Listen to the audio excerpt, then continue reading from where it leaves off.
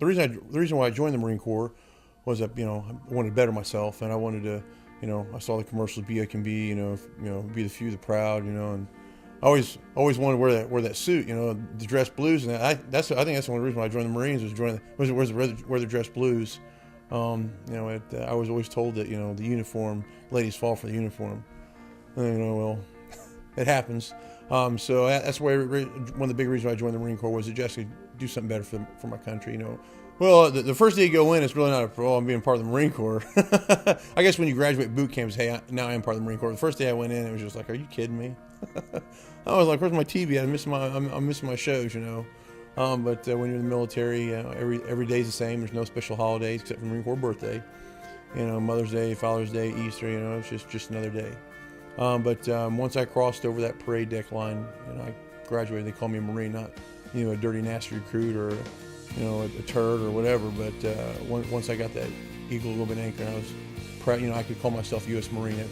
That was a pivotal point in my life. I knew that this was for me. Well, being a Marine, there's a lot of jobs in the Marine Corps. Marine Corps military is just like a big city. They've got jobs for everything. I decided that, hey, I had something to prove to myself that I could do it. I joined the Marine Corps. I was older. They called me the old man because I was probably one of the oldest guys in our platoon. So I want to do infantry. I want to do the hardest thing in the Marine Corps. Why? Because it's most dangerous. I was always like a thrill junkie. Always roller coaster rides or whatever I could, just trying to live on the edge and say, well, this is, my recruiter told me this. Well, this is living on the edge. And I'll tell you what, he wasn't lying. It was a good time. I joined the infantry, and it was hard, but it was very rewarding. The fact that you got good training, and that it was just it was the whole aspect of when you work, you work. When you play, you play. You work hard, you play hard, and they trained us. Training was phenomenally good. The first time I went there, I went straight from SOI, which is school infantry. And we were just fresh out of boot camp. Came home for a couple weeks, went back to school infantry, and then graduated, and they shipped right off to Iraq to join our unit. That was when we did the first initial push in 2003. That was a trip. You get off the airplane and boom, you're there. You're like, oh wow, where are we at? It was just for night and day. We came back. I had my game face on the second trip because we knew what was at stake. We was going in Fallujah. We was chosen to hit the front lines and go door to door in Fallujah. It was going to be in the history books since the Tet Offense in Vietnam that we went house to house room clearing. It was going to be a big deal. We knew what the ratio was of the casualties. We knew that a lot of our friends that we trained with were either going to get severely wounded or they were going to die.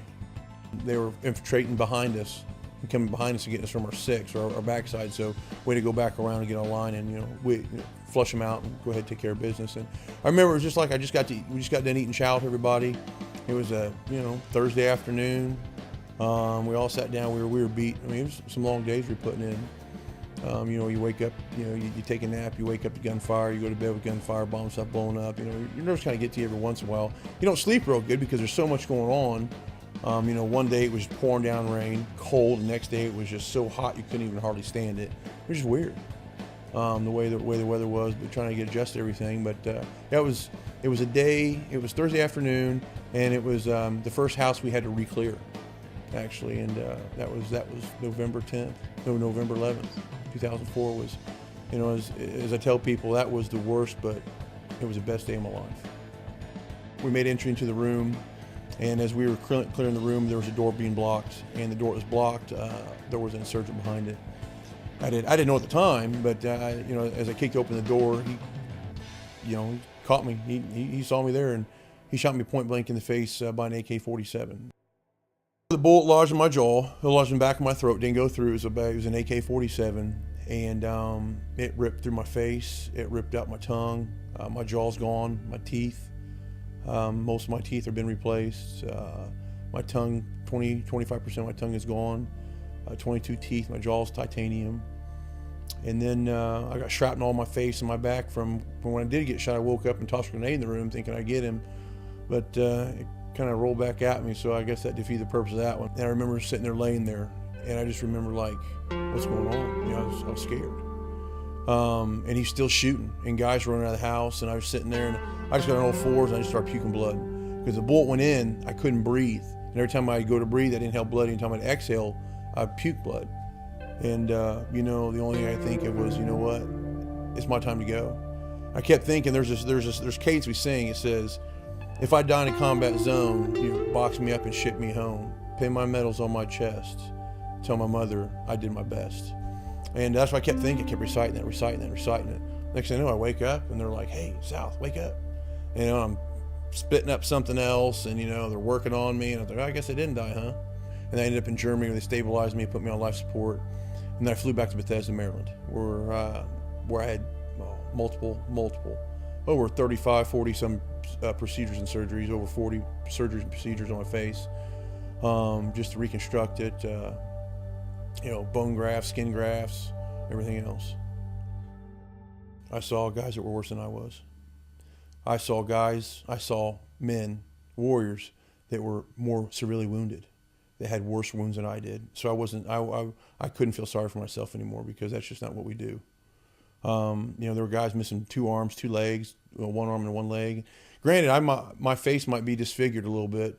Well, the time was a lot, but I had both hands, fingers, toes, elbows, arms, knees, you know, feet. I had everything. Everything was attached. I didn't leave anything behind besides part of my tongue, my jaw, my teeth, you know. But I was very fortunate, and that's when I was just like, man, I'm lucky. The reason why I started Veterans of Valor was to help out the severely combat wounded. There's a lot of good organizations out there. I didn't want to join one because I wanted to run one because I knew what I wanted. I always wanted to have the way things work, because I knew it was like to lay in a hospital bed. I knew it was like to have tubes and be on life support, you know, have somebody help you go to the bathroom, take care of you, you know, be totally independent. I was 220 pounds before I got shot, and was at the hospital, I was 145. You know, I was miserable, and no one knew how I felt unless they were in my same shoes.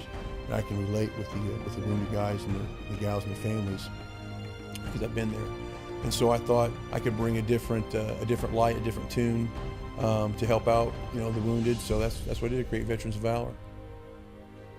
We have 3 programs. One program is a backpack program. We pass out backpacks to the guys coming off the medevac. It's got breakaway pants. It's got shorts, T-shirt, Bible, notepad, goal sheets. It's got a PSP, a preloaded iPod of 120 gigs. So they get a pretty good little pack from us. And then we have called a Warrior Wish program. If, you know, they want to go, like, it's a make-a-wish for soldiers. That's all it is. You know, if they want to, you know, go on a skiing trip, or, you know, they want to go to Indy 500 or go to a special venue, a ball game, and they're having trouble doing it, we make it happen. And then the other thing we had to try to transition a little bit, is that we've really concentrated on the PTSD. And then with the PTSD and the TBI, which is traumatic brain injury, and such, we really try to gear towards the mental health and the mental healing of the wounded individual, because the physical part is the easiest part. The hardest is emotional and the mental.